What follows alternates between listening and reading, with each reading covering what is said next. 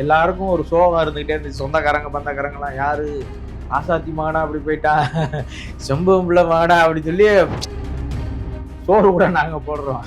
நீங்க எதுவுமே செய்ய வேணாம் தம்பி, தயவு செய்து இந்த சாமியார் வேஷத்தெல்லாம் கலைச்சிக்கிட்டு சும்மா இருங்க, நாங்க வீட்டுல அடுத்தடுத்து குழந்தைங்க வச்சிருக்கிறோம், எல்லாத்துக்கும் விசேஷம் வைக்கணும் அப்படின்னு சொல்லி என்கிட்ட சொன்னாரு. அப்போ சரிங்கண்ணே, அப்போ என்னதானே செய்யறது, ஏதாவது ஒரு வேட்பாளரை நிறுத்துங்கண்ணே. நம்ம வேட்பாளர் நிறுத்தினா விலைக்கு வாங்கிடுவாங்க முத்துப்பாட்டி, நீதான் வேட்பாளரை நிக்கணும்ட்டாப்ல. எல்லாம் தயாராச்சுன்னா நான் கட்சி வெட்டியை கழட்டி போட்டுட்டு நான் வந்துருவேன் உடனெல்லாம் சொல்ற அளவுக்கு வந்துருச்சுன்னு வச்சுக்கோங்க. ஒரு பேரழிச்சு உருவாயிருச்சு. நான் பேசி முடிச்ச உடனே கூட்டத்துல பாத்தீங்கன்னா பைக்கிட்டு இருக்க காசெல்லாம் தூக்கி வைப்பாங்க. எவ்வளவு காசு வேணாலும் நாங்க தர்றோம், கட்சியான நடத்தி ஆகணும் அப்படின்னு சொல்லி எல்லாருக்கும் ஒரு பெரிய உணர்வு வந்துருச்சு. காரணம் நான் சொன்ன விடயம்.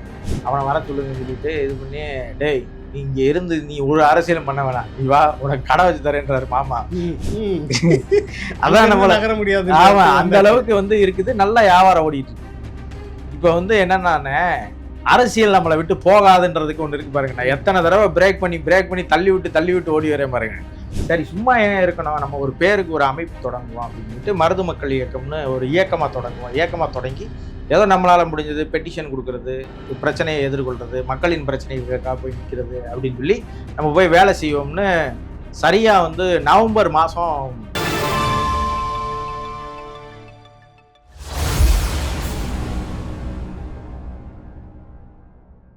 ராவணா பார்வையாளர்கள், தமிழ் உறவுகள் மற்றும் ராவணா நல விரும்பிகளுக்கு வணக்கம். ஸ்டாலின் என்கிற தம்பி முத்துப்பாண்டி அவருடைய தொடர் நிகழ்ச்சியை நம்ம பார்த்துட்டு இருக்கிறோம். இந்த மனிதர் பின்னாடி இவ்வளவு வாழ்வு அனுபவங்களா, இவ்வளவு திருப்பு முனைகளா, இவ்வளவு ஆச்சரியமான பல பேரும் தொடர்ந்து நம்ம பேசிக்கிட்டு இருக்கிறாங்க. அடுத்த கட்டமாக அவர்கிட்ட இன்னும் என்ன கதை இருக்குது அப்படின்றத நம்ம பேசுவோம். வணக்கம் தம்பி. வணக்கண்ணே. சாமியாராக இருந்தீங்க, ஒரு பெரிய அளவில் நிறைய விஷயங்கள் பண்ணிட்டு இருந்தீங்க. இந்த சாமியாராக திரும்ப ஒரு மக்கள் பாதைக்கு வெளியேற ஆரம்பிச்சிங்க. தொடர்ச்சியாக அரசியல் நிகழ்ச்சிகள் அப்படிலாம் வந்துட்டு இருந்தீங்க.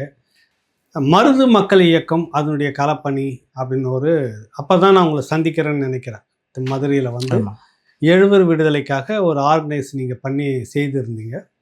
அப்போ உங்கள் அமைப்பு, நீங்கள் தலைவர் என்ற பேரில் உங்களுக்கும் முன்னாடியும் பின்னாடி நிறைய கார்களாக இறங்குனீங்க. நீங்கள் பார்த்தேன்.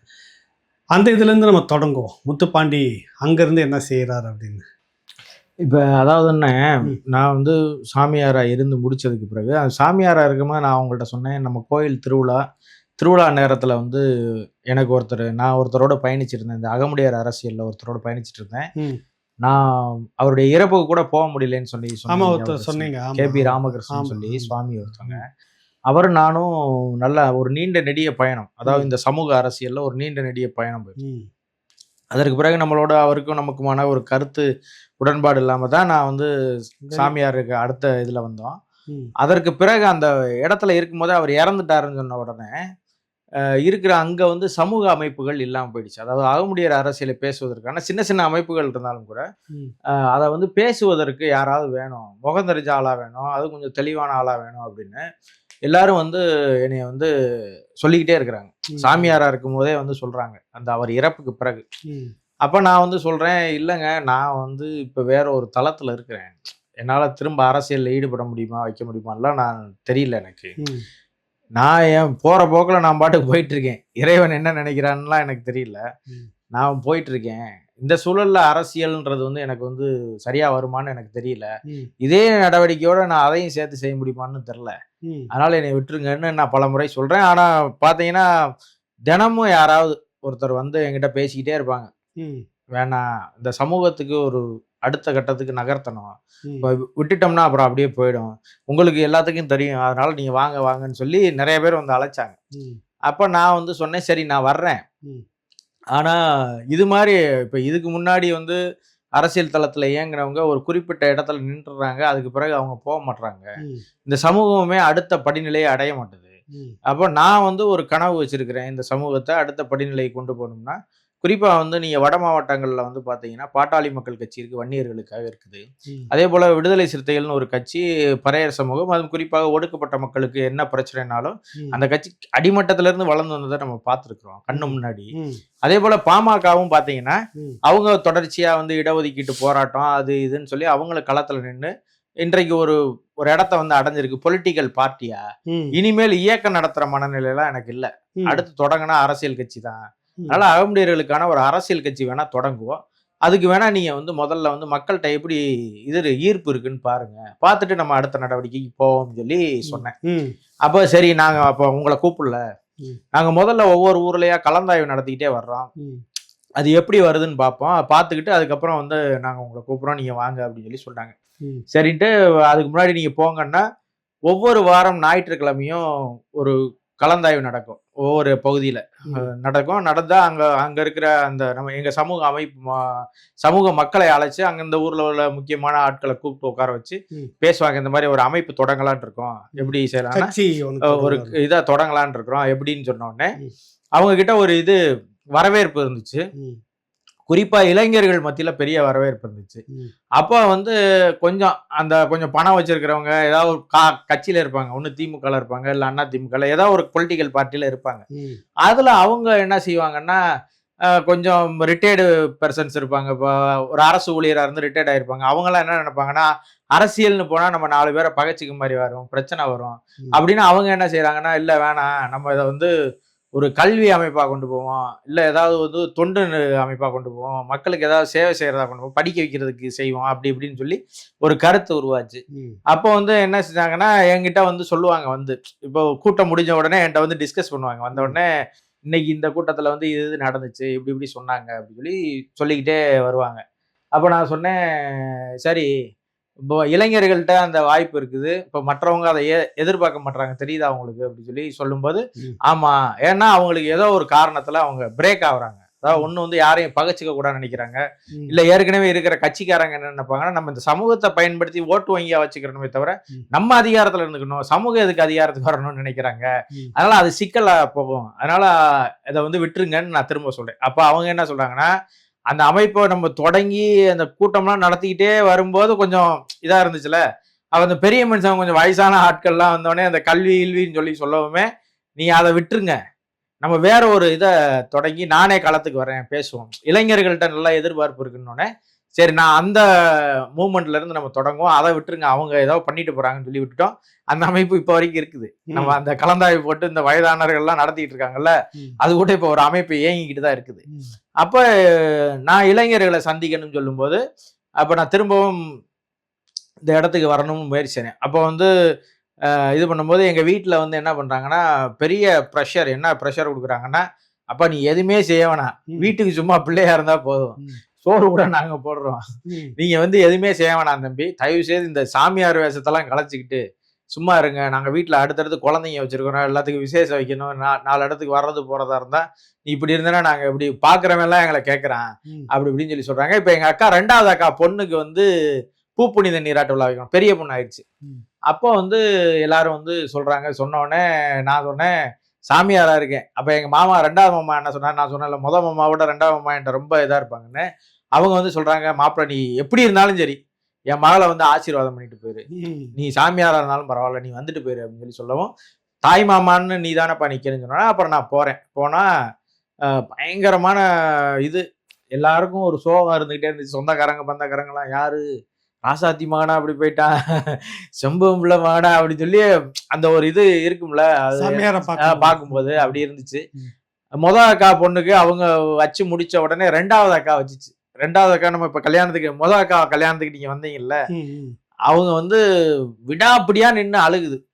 எங்க அப்பாட்டெல்லாம் வந்து சொல்லுப்பா, நீங்களாவது சொல்லக்கூடாதாப்பா அவன்கிட்ட, நீ எதுவுமே அவனை சொல்ல மாட்டீங்க. இப்ப நான் எப்படிப்பா சொல்றது, தோளுக்கு மேல வளர்ந்துட்டான், அவனை நம்பி 100 பேர் வந்து நிக்கிறாங்க, அவன்கிட்ட 100 பேர் யோசனை கேட்கறான், நான் அவனுக்கு சொல்றதா, அவனுக்கா தெரியாதாப்பா அப்படின்னு எங்க அப்பா சொல்ற. நீங்க ஒரு வார்த்தை சொல்லுங்கப்பா அப்படின்னு சொன்னோடனே எங்க அக்கா வந்து, நான் விசேஷம் வைக்கிறேன், ஆனா நீ வந்து சாமியார் வேஷத்தை கலைச்சாதான் நான் விசேஷம் வைப்பேன், இல்லாட்டா வீட்டுல புள்ள சும்மா கூட இருந்துட்டு போகுது அப்படின்னு எங்க அக்கா முதல் அக்கா அழுகுது. சரி என்னடா இது இப்படி தொல்லையா போச்சுட்டு அப்புறம் எங்க அப்பா வந்து சொல்றாரு, அப்பா எனக்காக நீ இது ஒண்ணு கூட செய்ய மாட்டியாப்பா, நான் உன்னை எதுவுமே சொல்லலப்பா, உன்னைய கல்யாணம் பண்ணு சொல்றமா, உன்னை தொந்தரவு பண்றமா, நீ இப்படி இருக்க கூடாதுன்னு சொல்றமா, வேலைக்கு போன்னு சொல்றமா, ஏதாவது காசு கொடுன்னு கேட்கறமா, எதுவுமே நான் உங்களை சொல்ல, இதை மட்டும் செய்ய மாட்டியாப்பான்னு எங்க அப்பா கடைசியா கேட்கிறாரு. எங்க அப்பாவையும் எங்க அக்காவையும் என்னால தட்ட முடியல. ஏன்னா வந்து இப்பதான் அந்த சாமியாரோடைய விட்டுட்டு வர்றது. அப்ப வந்து சரிக்கா அப்படின்னு சொல்லிட்டு, நீ என்ன வேணாலும் செஞ்சுக்க, ஆனா இதை மட்டும் எடுத்துருப்பான்னு சொல்றாங்க. அப்புறம் நாங்க குலதெய்வம் கோயில்ல போயிட்டு நான் முடியெல்லாம் இறக்கிட்டு அப்புறம் திருப்பி எங்க அக்கா விசேஷத்துக்கு போறேன். விசேஷம் முடிச்சுட்டு இந்த நிகழ்வு நான் சொல்றேன் இல்லையா, அந்த இளைஞர்களை கட்டமைப்பதற்கான நிகழ்வு. கிட்டத்தட்ட நான் இளைஞர்களை கட்டமைப்பதற்கு முன்பாக நான் என்ன நினைக்கிறேன்னா, இப்போ பாட்டாளி மக்கள் கட்சியும் விடுதலை சிறுத்தைகளும் ஒரு பெரிய இடத்துக்கு வந்திருக்குன்னா அதுக்கு காரணம் வந்து சட்ட போராட்டம். அதாவது மக்கள் போராட்டம் இருந்தாலும், மக்கள் எழுச்சி நடந்தாலும், ஏதோ ஒரு சிக்கல் வருதுன்னா அந்த சிக்கலை தடுப்பதற்கு ஒரு சட்ட போராட்டம் ஒரு போராட்ட விங்கு இருக்கணும். கட்டாயம் சட்ட பாதுகாப்புன்றது ரொம்ப முக்கியம் அப்படின்றதுனால நான் என்ன பண்றேன், முதல்ல இந்த இதுக்கு போறதுக்கு முன்னாடி முதல்ல ஒரு வழக்கறிஞர் குழுவை வந்து கட்டமைக்கணும் அப்படின்னு சொல்லிட்டு நான் ஒரு வழக்கறிஞர் குழுவை ஆரம்பிக்கணும்னு ஒரு வழக்கறிஞர் குழுவை கட்டமைக்கிறேன். இந்த சமூகத்துக்காகவே அப்ப போய் கட்டமைக்கணும்னு சொல்லிட்டு நம்முடைய நண்பர்கள் ஒரு 4-5 பேர் வச்சுக்கிட்டு இந்த மாதிரி நான் ஒன்று செய்ய போறேன்னு சிறப்பாக செய்யுங்க முத்துப்பாண்டி, நாங்கள் உங்களுக்கு என்ன செய்யணும்னு சொல்லுங்க. எல்லா வழக்கறிஞரையும் நான் சந்திக்கணும்னு நினைக்கிறேன், அவங்களுக்கு ஒரு யூனிட்டை உருவாக்கணும்னு நினைக்கிறேன்னு சொன்னோடனே அப்படியா சரி செய்வோம்னு சொல்லிட்டு போய் எல்லாரும் பேசினா கிட்டத்தட்ட ஒரு 600 பேரை ஒருங்கிணைச்சிட்டோம். அகமுடையர் சமூகத்தில் உள்ளவங்களெல்லாம் ஒரே இதில் உள்ளவங்க வழக்கறிஞர்களை மட்டும் ஒரு 600 பேரை ஒருங்கிணைச்சிட்டோம். அப்போ நான் அவங்கள்ட்ட பேசுறேன், அப்போ நான் அந்த மாதிரி ஒரு பொலிட்டிக்கல் பார்ட்டியாக மெர்ஜ் பண்ண போறேன், நாளைக்கு ஏதாவது ஒரு சிக்கல் வந்துச்சு, ஏதாவது ஒரு பிரச்சனை வந்துச்சுன்னா எங்களை காப்பாற்றுற இடத்துல நீங்க தான் இருப்பீங்க. ஒரு வழக்கோ ஏதோ அரசினுடைய ஒடுக்குமுறையோ வந்தா கூட அதை நீ எதிர்கொள்வதற்கு சட்ட நிபுணர்கள் வேணும். அதனால அதுக்காக தான் நான் இந்த இதை உருவாக்குறதுக்கு காரணம்.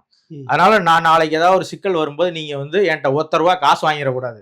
ஏன்னா நான் வலிமை இல்லாத இடத்துல இருந்து இளைஞர்களை அணிதிரட்ட போறேன். அதனால நீங்க என்னை பாதுகாக்கணும்னு சொல்லும்போது உறுதியா நாங்க உங்களோட நிற்போம்னு சொல்லி அந்த விங்கு வந்து தயாராயிருச்சு. அதுக்கப்புறம் தான் நான் போய் அதாவது நான் என்ன பிளான் பண்றேன்னா, ஃபர்ஸ்ட் மதுரையில மொத்தம் 100 வார்டு இருக்கு. இந்த 100 வார்டுல அகமுடையர்கள் அதிகமா எங்கெங்கெல்லாம் வசிக்கிறாங்களோ, ஆனா எல்லா வார்டுலயுமே மாநகராட்சி வார்டுல எல்லா வார்டுலயுமே அகமுடையர்கள் இதா இருக்காங்க, கிரௌடா இருக்காங்க. ஒரு சில இடத்துல குறைவா இருப்பாங்க. ஆனா அகமுடையர்கள் இல்லாத வார்டே கிடையாது. அப்ப அந்த அளவுக்கு பரவலா இருக்கிற மக்கள்னால ஒவ்வொரு வார்டுலயும் போய் கூட்டம் போடுறோம். முதல் கூட்டம் சாதாரணமா நடந்துச்சு, 2வது கூட்டம் கொஞ்சம் இதா இருந்துச்சு. கிட்டத்தட்ட நான் 32 வார்டுல கூட்டம் நடத்திட்டேன். 32 வார்டெல்லாம் 32வது வார்டுலாம் பாத்தீங்கன்னா பேரெழுச்சி. ஒவ்வொரு வார்டுலயும் அப்படியே பேரெழுச்சி ஆகிட்டே போகுது. ஒரு சாதாரணமா ஒரு வார்டுக்கு 300 பேர்ல இருந்து 250 பேர்ல இருந்து 300 பேர் இளைஞர்களா இருக்கட்டும், இதா இருக்கட்டும், நிறைய பேர் வந்து உட்காடுறாங்க, கலந்துக்கிறாங்க. அப்புறம் அந்த பேரெழுச்சியை பார்த்த உடனே கட்சியில இருக்கிறவங்க கூட இதெல்லாம் தயாராச்சுன்னா நான் கட்சி வெட்டியை கழட்டி போட்டுட்டு நான் வந்துருவேன் அவங்க உடனெல்லாம் சொல்ற அளவுக்கு வந்துருச்சுன்னு வச்சுக்கோங்க. ஒரு பேரெழுச்சி உருவாயிருச்சு.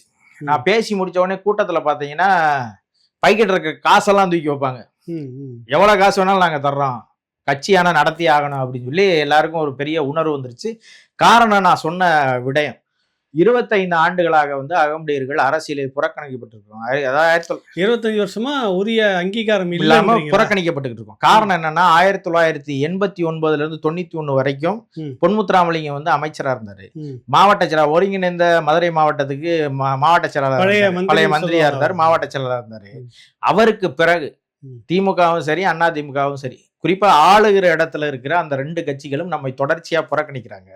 வேற சமூகங்கள் தான் அந்த இடத்த பிடிச்சிருக்காங்க. நம்ம இவ்வளவு ஓட்டு வங்கி இருக்கிற நம்ம சமூகம் இந்த இடத்துல கூட நம்மள வந்து புறக்கணிக்கிறாங்கன்னா அப்புறம் எப்படி தோன்றப்ப இந்த சமூகத்துக்கு உண்டான அங்கீகாரம் வேற, அதாவது குறிப்பா வந்து மறவர் இருக்காங்க, கள்ளர் இருக்கிறாங்க, அவங்களுக்கு இருக்காங்க. அகமுடையர்களுக்கு அரசியல் அங்கீகாரம் மறுக்கப்படுது அப்படின்ற 25 ஆண்டுகளா சட்டமன்ற உறுப்பினரா போட்டியிடுவதற்கே வாய்ப்பு இல்ல, மேயர் இல்ல, சட்டமன்ற உறுப்பினரே கொடுக்கலன்னா அப்புறம் எப்படி பாராளுமன்ற உறுப்பினர் கொடுப்பாங்க, அதுவும் கொடுக்கப்படல. உள்ளாட்சியில பாத்தீங்கன்னா நம்ம நிறைய பெரும்பான்மையா இருக்கிறதுனால நம்மளுக்கு கவுன்சிலர் கொடுத்துறாங்க, நம்ம இல்லாம வெல்ல முடியாதுன்றதுனால கவுன்சிலர் கொடுத்துறாங்க. கிட்டத்தட்ட 100 வார்டுல 32 கவுன்சிலர் அகமுடையர் கவுன்சிலர். நான் பேசும்போது 32 கவுன்சிலர் வந்து அகமுடையர் கவுன்சிலர். அப்ப பெரும்பான்மை இல்லைன்னா அந்த இடத்துல நம்ம வெல்ல முடியாது. அப்ப 32 வார்டுல நம்ம வெல்லும் போது நம்ம 50 வார்டை வந்துட்டா மதுரை மாநகராட்சியவே நம்மளால வெல்ல முடியும்.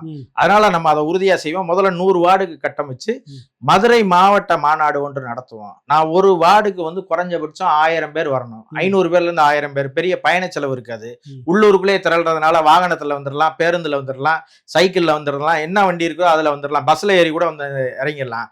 நான் ஒரு இடத்த திட்டமிடுறேன், ஒரு வார்டுல இருந்து 500 பேர்ல இருந்து 1000 பேர், குறைவா இருக்கிற இடத்துல 500 பேர் வாங்க, அதிகமா இருக்கிற இடத்துல 1000 பேர் வாங்க. ஆவரேஜா 50,000 பேர்ல இருந்து 1,00,000 பேரை ஒரு இடத்துல மாவட்ட மாநாட்டுல நம்ம திரட்டி காட்டுவோம். இதுதான் வந்து கோடு. நான் பேசின இந்த இதெல்லாம் கேட்கும்போது அவங்கள்ட்ட உண்மைதான், ஆமா நம்ம புறக்கணிக்கப்பட்டிருக்கிறோம், நம்மள்ட்ட ஒன்றும் இல்லை அப்படின்றது வந்து பேரெழுச்சி ஆயிடுச்சு. இந்த 32 கூட்டம் நடத்தி முடிச்சதுக்கு பிறகு வந்து நான் வந்து பொலிட்டிக்கல் பார்ட்டியா பதிவு செய்யணும் அப்படின்னு சொல்லிட்டு டெல்லியில நமக்கு தெரிஞ்ச ஒரு IAS அதிகாரிட்ட பேசும்போது அவர் சொன்னாரு, ஒன்றும் இல்லை முத்துப்பாண்டி, அந்த செலவை கூட நான் ஏத்துக்கிறேன், நீங்க வந்து 15 மட்டும் போயிருங்க, நான் சொல்ற டாக்குமெண்ட்ஸ் எல்லாம் எடுத்துட்டு வந்துருங்கன்னு சொல்றாரு. சரின்ட்டு நான் அந்த டாக்குமெண்ட் எல்லாம் எடுத்து வச்சிடறேன், நீங்க எப்ப சொல்றீங்களா வரேன். அப்ப அவர் சொல்றாரு, நான் சென்னைக்கு வர்றேன், நீங்க வந்துருங்கன்னு சொல்லிடுறேன், நான் சென்னைக்கு வந்து உங்களை பார்க்க வரேன். ம். இப்போ 33வது கூட்டம் நடத்துறாங்க. நான் சொன்னேன் இந்த கூட்டத்துல நான் இருக்க மாட்டேன், அவர் வர்றாரு. அதனால நான் பதிவு செய்யறதுக்கு என்னென்ன தேவையோ அதெல்லாம் நான் எடுத்துட்டு போக வேண்டியது இருக்குது, அதை போய் பார்த்துட்டு வந்துடுறேன். அதுக்கப்புறம் நீங்க நடத்திக்கிட்டு இருக்கீங்க, நான் அடுத்த கூட்டத்துல வந்து சேர்ந்துக்கிறேன்னு சொல்றேன். இந்த 33வது கூட்டத்துல என்ன பண்ணிட்டாங்கன்னா, நம்மோடு இருந்தவங்க வசூல் பண்ணிட்டாங்க காசு. டெல்லிக்கு வந்து கட்சியா பதிவு பண்ண போறாரு, எல்லாரும் காசு கொடுங்கன்னு கேட்டவொடனே அவங்களால முடிஞ்ச காசை வந்து கொடுக்க ஆரம்பிச்சிட்டாங்க. நான் இங்க முடிச்சுட்டு திருப்பி ரிட்டர்ன் வந்துகிட்டு இருக்கேன், எனக்கு எல்லாருக்கும் ஃபோன் பண்றாங்க. இந்த மாதிரி வந்து நான் வந்து இவ்வளவு காசு கொடுத்தேன், அவ்வளவு காசு கொடுத்தேன், உங்களை யார் கொடுக்க சொல்றதுன்னு சொல்றேன். இந்த மாதிரி கேட்டாங்க, நீங்க கட்சியா பதிவு பண்ண போறீங்க, அதுக்கு பணம் தேவைப்படுதுனாங்க, உடனே பணம் கொடுத்துட்டு வாங்க. நான் அப்படிலாம் யார்ட்டையும் பணம்லாம் கேட்க சொல்ல, பணம் வேணா நானே கேட்பேன், பொது வெளியில அறிவிப்பேன், இவ்வளவு ரூபா பணம் தேவைப்படுது, எல்லாரும் கொடுங்க பேரழிச்சியான்னு எல்லாத்துக்குமே நான் அறிக்கை கொடுப்பேன். சும்மா எப்படி நான் கேட்பேன்? உங்கள்கிட்ட நான் ஒவ்வொரு விடையும் பேசும்போது எதுவாக இருந்தாலும் என்கிட்ட வெளிப்படை தன்மை இருக்கணும்னு நான் நினைக்கிறேன். பணம் சம்பாதிக்கிறதுக்காகவோ அதிகாரத்தை பெறணுன்றதுக்காகவோ நான் வரல. நான் இந்த இடத்துக்கு வரணும் இல்லை, என்னை மாதிரி நிறைய பேர் இங்கே வரணுன்றதுக்காக தான் நான் வேறு பெருங்கனவோடு செஞ்சுட்டு இருக்கேன். இதை இப்படி சிதைக்கிறீங்களே அப்படி இப்படின்னு சொல்லி பேசிக்கிட்டு இருக்கேன். ஐயா, காசு தானேயா கொடுத்தேன், ஏன்ட்ட ஏன் அவ்வளோ கேள்வி கேட்குறீங்கன்னு அப்போ வந்த உடனே நான் வந்து சொல்லிட்டேன், இந்த அமைப்பு நான் தொடங்கவும் மாட்டேன், கட்சியும் இது பண்ண மாட்டேன், விட்டுருங்கன்னு சொல்லிட்டு இது பண்ணிட்டேன். அந்த எவ்வளவோ இந்த நம்ம வழக்கறிஞர் தரப்புல இருந்து என்கிட்ட எவ்வளவோ காம்ப்ரமைஸ் பண்றாங்க. விடுங்க, யார் தப்பு செஞ்சாங்களோ, யார் வசூல் பண்ணாங்களோ அவங்கள நீக்கி விட்டுருவோம், நீக்கி விட்டுட்டு நம்ம வந்து தொடங்குவோம், நீங்க யார் யார் வேணான்னு சொல்றீங்களோ அவங்களெல்லாம் விட்டுருங்க, மற்றவங்களையெல்லாம் வச்சுட்டு செய்வோம் அப்படின்னு சொல்லி சொல்றாப்புல. அப்ப நான் சொல்றேன், இன்றைக்கு இவருக்கு ஆசைப்பட்ட இவருக்கு இதே போல வந்து இன்னைக்கு தொடக்கத்திலே இந்த சிக்கல் இருக்குது. நாளைக்கு வேற ஏதாவது ஒண்ணுன்னா எவனாவது ஒருத்தர் 2 கோடி ரூபா தரேன், அவனை கொன்றுங்க, நான் கொண்டுற மாட்டீங்களா? அதனால எனக்கு வந்து என்னன்னா, எங்க இருந்தாலும் சரி நான் ஏதாவது சேவை செஞ்சுட்டு இருக்கேன், தயவு செய்து இது வேணாம், இதை விட்டுருங்க அப்படின்னு சொல்லிட்டு நான் ஒரே நாள்ல முடிவெடுத்து சடனா வேணான்ட்டேன். உண்மையிலேயே அந்த நேரத்துல நான் கொஞ்சம் அதான் சொல்றேன், இந்த அளவுக்கு பக்குவமும் இதுவும் என்கிட்ட வந்து நான் அந்த ஒவ்வொரு அனுபவம் தானே நம்மளை பக்குவப்படுத்தும். இந்த நேரத்துல நான் அந்த நேரத்துல இன்னும் கொஞ்சம் காம்ப்ரமைஸா போயிருந்திருக்கலாமோ, இவங்கெல்லாம் சொல்றதை நம்ம கேட்டிருந்திருக்கலாமோ, கொஞ்சம் ஒதுக்கி வச்சுட்டு அந்த நடவடிக்கையை இன்னும் கொஞ்சம் துரிதப்படுத்திருக்கலாமோன்ற ஒரு எண்ணம் இப்ப இருக்குது எனக்கு. அப்ப சொல்றாங்க, விட்டுட்டேன். அப்போ சரின்ட்டு அவங்களும் எவ்வளவு காமெடி, இன்னும் ஒரு வாரம் எடுங்க, 10 நாள் எடுங்க, நீங்க யாரை சொல்றீங்க நீக்குங்க, திரும்பவும் 2 வாரம் கழிச்சு தொடங்குவோம்லாம் சொல்றாங்க. இல்ல வேணவே வேணான்ட்டு நான் விட்டுறேன். விட்ட உடனே எங்க மாமா வந்து இந்த செய்தியெல்லாம் தெரிஞ்சுட்டு எங்க அக்கா வீட்டுக்கு நம்ம திருமணத்துக்கு வந்தோம்ல, அவங்க வந்து அப்போ வந்து ஒரு காம்ப்ளெக்ஸ் கட்டிக்கிட்டு இருந்தாங்க. அந்த காம்ப்ளெக்ஸ்ல வந்து ஒரு கடை, இங்க பாரு உன் தம்பிக்கு கடைசியா நான் ஒண்ணு செய்யணும்னு நினைக்கிறேன், அவனுக்கு கல்யாணம் பண்ணி வச்சிருவோம், பொண்ணுலாம் பாத்துருவோம், இங்க வந்து ஒரு கடையை எடுத்து வச்சு ஒரு ஹோட்டல் நடத்த சொல்லு, நான் எல்லாமே வச்சு தரேன், அவன் வந்து கடையை மட்டும் பாத்துக்கிட்டு ஏதாவது வியாபாரம் பண்ணட்டும், இதை சொல்லியாவது ஏதாவது பொண்ணுன்னு கேட்டு அவனுக்கு கல்யாணம் பண்ணி வச்சிருவோம், வர சொல்லு அப்படின்னு சொல்லி எங்க அக்காட்ட சொல்லி எங்க மாமா விடுறாங்க.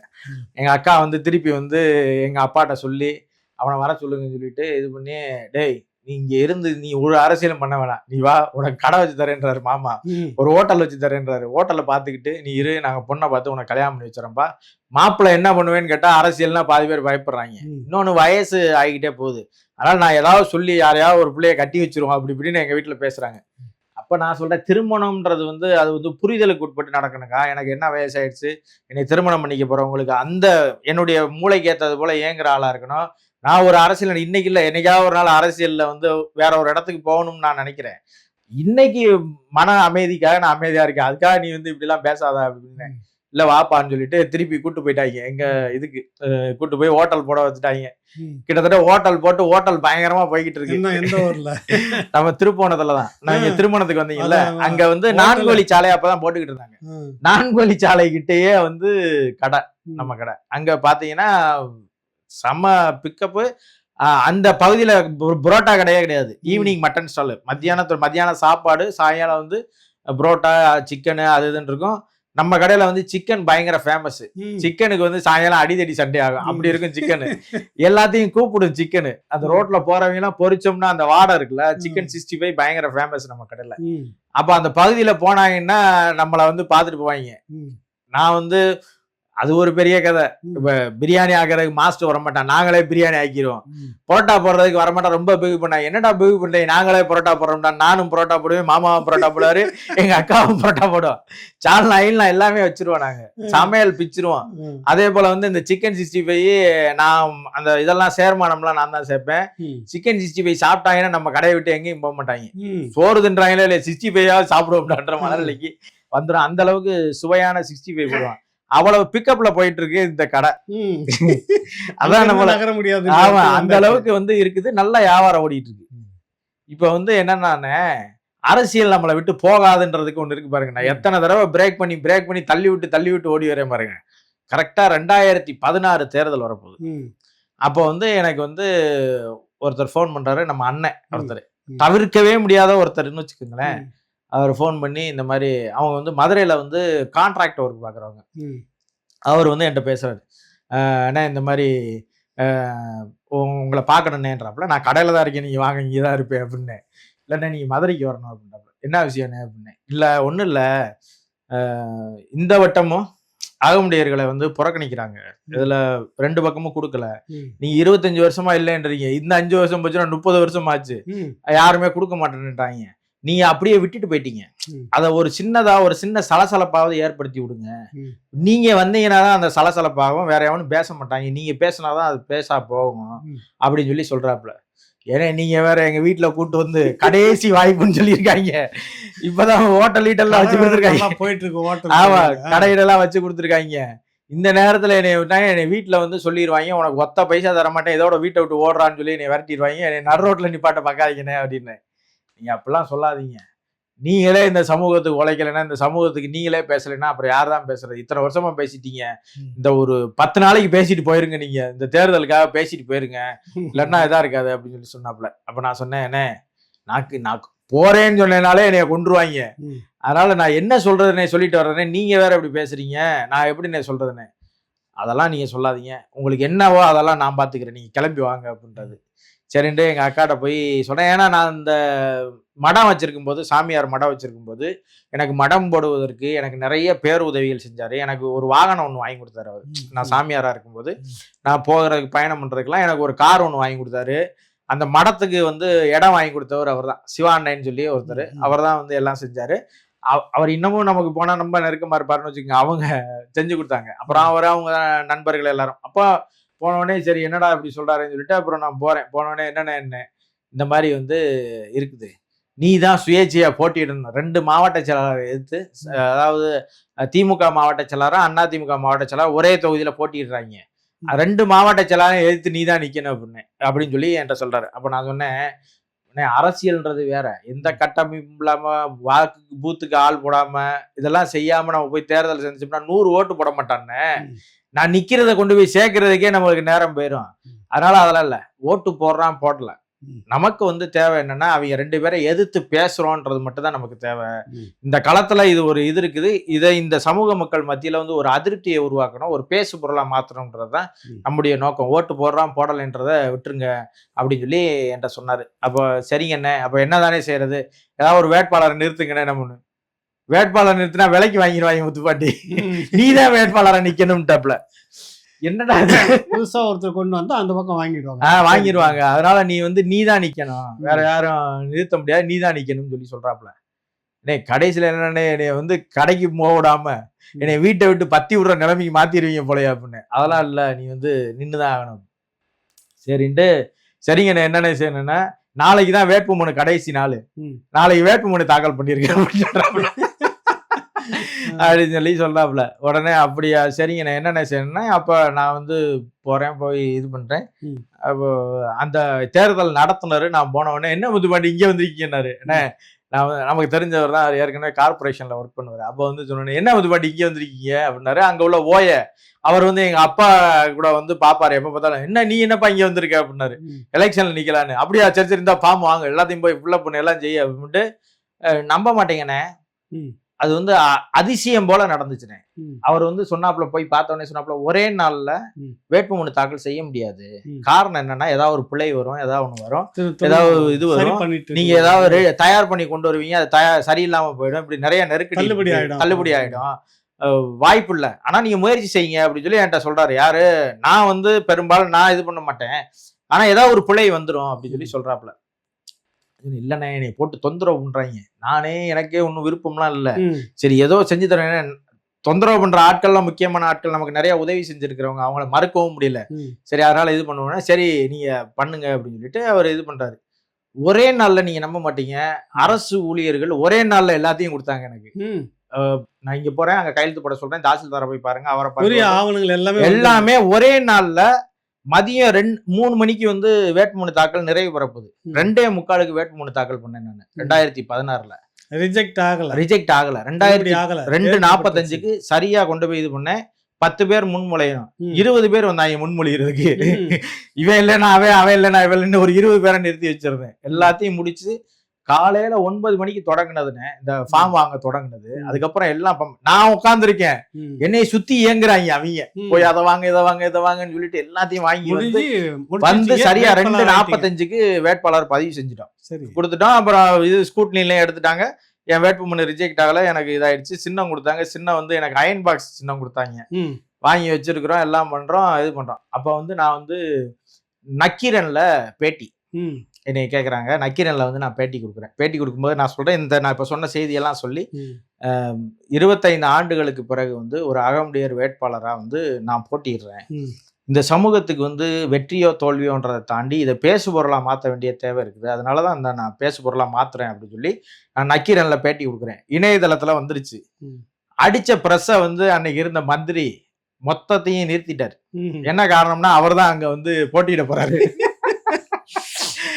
மொத்தத்தையும் வரல. அப்ப நான் வந்து இந்த பேட்டி எடுக்கும்போது நக்கீரன் நிருபர் இருக்காருல்ல, அவர் ஒரு இஸ்லாமியர். அவர் வந்து என்கிட்ட கேட்கிறாரு, நீங்க வந்து போல்ட்டா பேசுவீங்களா, மந்திரியை எதிர்த்துப்பீங்களா, மாவட்ட செயலர் எதிர்த்து பேசுவீங்களா? யாரா இருந்தாங்க அரசியல் வந்துட்டா யாரா இருந்தாலும் எடுத்து பேசுவோம், மந்திரியாவது இவராதுன்னு சொல்லிட்டு மந்திரியையும் இவரையும் எடுத்து காரசாரமான பேட்டி. அப்ப நான் சொன்னேன், என்னை எவ்வளவு கேள்வி கேட்குறீங்க, நீங்க போடுவீங்களான்னு கேட்டேன். நான் போடலைன்னா நான் வேலையை விட்டு போயிடுறேன்னாரு. இப்ப போட்டு இணையதளத்துல வந்துருச்சு, அச்சடிச்சு வரல. நான் உடனே அவருக்கு போன் அடிச்சேன், என்னமோ என்கிட்ட வேகமா வீரவாசனம் பேசுனீங்க, நீங்க போடலையாங்க அப்படின்னு. எனக்கு ரொம்ப இதா இருக்கு, நான் ஆசிரியர்கிட்ட நான் ரொம்ப ஏதோ சொல்லி பார்த்தேன், வரல, என்னன்னு தெரியல, எனக்கு என்ன அங்க உள்ள என்ன பிரச்சனைன்னு தெரியல, வரல, அதனால கோச்சுக்கிறாங்க, நான் வேலையை விட்டு போறேன். உண்மையிலேயே வேலையை விட்டு போயிட்டாருன்னு. நக்கீரன்ல இருந்து வேலை பார்த்துக்கிட்டு வேலையை விட்டே போயிட்டாரு. நான் போட்டது நான் அவர்கிட்ட கம்பல் பண்ணி வாங்கினேன், நீங்க அதை போடலைன்னு உண்மையிலேயே வேலையை விட்டு போயிட்டாரு அவரு. ஆச்சரியமா இருக்கு. ஆமாண்ணே. அப்புறம் என்கிட்ட சொல்றாப்புல, உண்மையிலேயே நான் வேலையை விட்டு வந்துட்டேன் தலைவரே அப்படின்னாரு.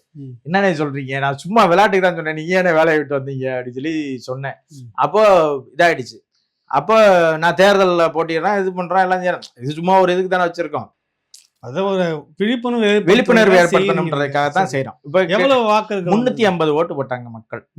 நான் யாருக்கிட்டையும் போய் ஓட்டு கேட்கல, எனக்கு ஓட்டு போடுங்கன்னு சொல்லல, எதுவும் பண்ணல. தெருவா போய் பிரச்சாரம் பண்றது அதெல்லாம் எதுவுமே செய்யலைன்னு வச்சுக்கோங்க. 350 வாக்கு விழுந்துச்சு. அப்ப முடிஞ்சு போச்சு. இப்ப இது முடிஞ்சதுக்கு பிறகு வந்து என்ன செய்யறாங்கன்னா, சரியா இது முடிஞ்ச உடனே நான் வந்து 2016 தேர்தல் முடிஞ்ச உடனே நான் என்ன நினைக்கிறேன், சரி சும்மா ஏன் இருக்கணும், நம்ம ஒரு பேருக்கு ஒரு அமைப்பு தொடங்குவோம் அப்படின்னு சொல்லிட்டு மருது மக்கள் இயக்கம்னு ஒரு இயக்கமா தொடங்குவோம். இயக்கமா தொடங்கி ஏதோ நம்மளால முடிஞ்சது பெட்டிஷன் கொடுக்கறது, பிரச்சனையை எதிர்கொள்றது, மக்களின் பிரச்சனைகளுக்காக போய் நிக்கிறது அப்படின்னு சொல்லி நம்ம போய் வேலை செய்வோம்னு சரியா வந்து நவம்பர் மாசம் தேர்தல்லாம் முடிஞ்சு நவம்பர் மாசம் தொடங்குறேன். அப்போ நான் எங்க அக்கா, இதுல என்ன காமெடின்னு கேளுங்க, நான் அந்த கடையை சொல்லிட்டு வந்தேன்ல, கடையை நடந்துகிட்டு இருந்துச்சுல, கடையை வந்து சொன்னேன், கடையில இருக்கிற இவனெல்லாம் மாஸ்டர்லாம் கூப்பிட்டு சொல்றேன், அப்பா இதுல வர்ற வருமானத்தை மொத்தமா கூட நீ எடுத்துக்க, நான் 20 நாள் பிரச்சாரம் இதெல்லாம் முடிச்சுட்டு தேர்தல்லாம் முடிச்சுட்டு வேலையெல்லாம் செஞ்சுட்டு இந்த இதெல்லாம் ஃபார்மாலிட்டி எல்லாம் முடிச்சுட்டு 20 நாள் கழிச்சு வருவேன், வந்தவனே கடையை என்கிட்ட ஒப்படைச்சிரு. ஏன்னா எங்க மாமா வந்து திமுகவுக்கு வேலை பார்க்க போயிட்டாரு, நான் வந்து கடையை விட்டுட்டு போறேன். எங்க அக்கா சொல்லுச்சு, நல்லா நடத்துன மாதிரி தான்டா கடை, நீங்க மாமா இதோட முடிஞ்சு போச்சுடாருன்னு அவர் சொல்லிட்டாரு. கிளம்பிட்டானா அவ்வளவுதான் முடிஞ்சு போச்சு கடை அப்படின்னு அவரும் சொல்லிட்டாரு.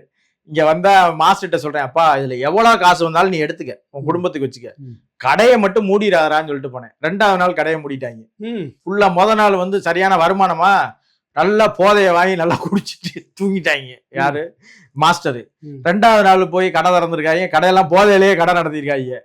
வர்ற கஸ்டமர்லாம் ஒரு மாதிரி சங்கடமா நினைப்பாங்களா, அப்ப நினைச்சிட்டு கூப்பிட்டு சொல்றாங்க, 2வது நாள் கடையை திறக்கல, தூங்கிட்டாங்க. அப்புறம் எங்க அக்கா சொல்லிச்சப்பா அவங்க எல்லாம் விரட்டி விடும், நான் போன்ல சொல்லி எல்லாம் கடையை முடி சாவியை கொடுத்துட்டு போங்கடா சொல்லி எல்லாத்தையும் விரட்டி விட்டோம். திருப்பி வந்து கடையை நடத்த முடியாது. எங்க மாமா செஞ்சாரு, இவன் நடத்த மாட்டான், நான் வேற யாருக்காவது வாடகைக்கு கூப்பிட்டு வாடகைக்கு விட்டாரு. அப்புறம் கடையும் போச்சு, நம்மளுக்கு இதுவும் போச்சு. நம்ம திருப்பி வந்து மதுரையில வந்து சும்மா தான் இருந்தேன். அப்ப சொன்னேன், அப்பதான் நான் அந்த அக்டோபர் மாசம் முடிஞ்சதுக்கு பிறகு நவம்பர்ல வந்து மருது மக்கள் இயக்கம்னு ஒரு பேர் வச்சு தொடங்கினேன் 16.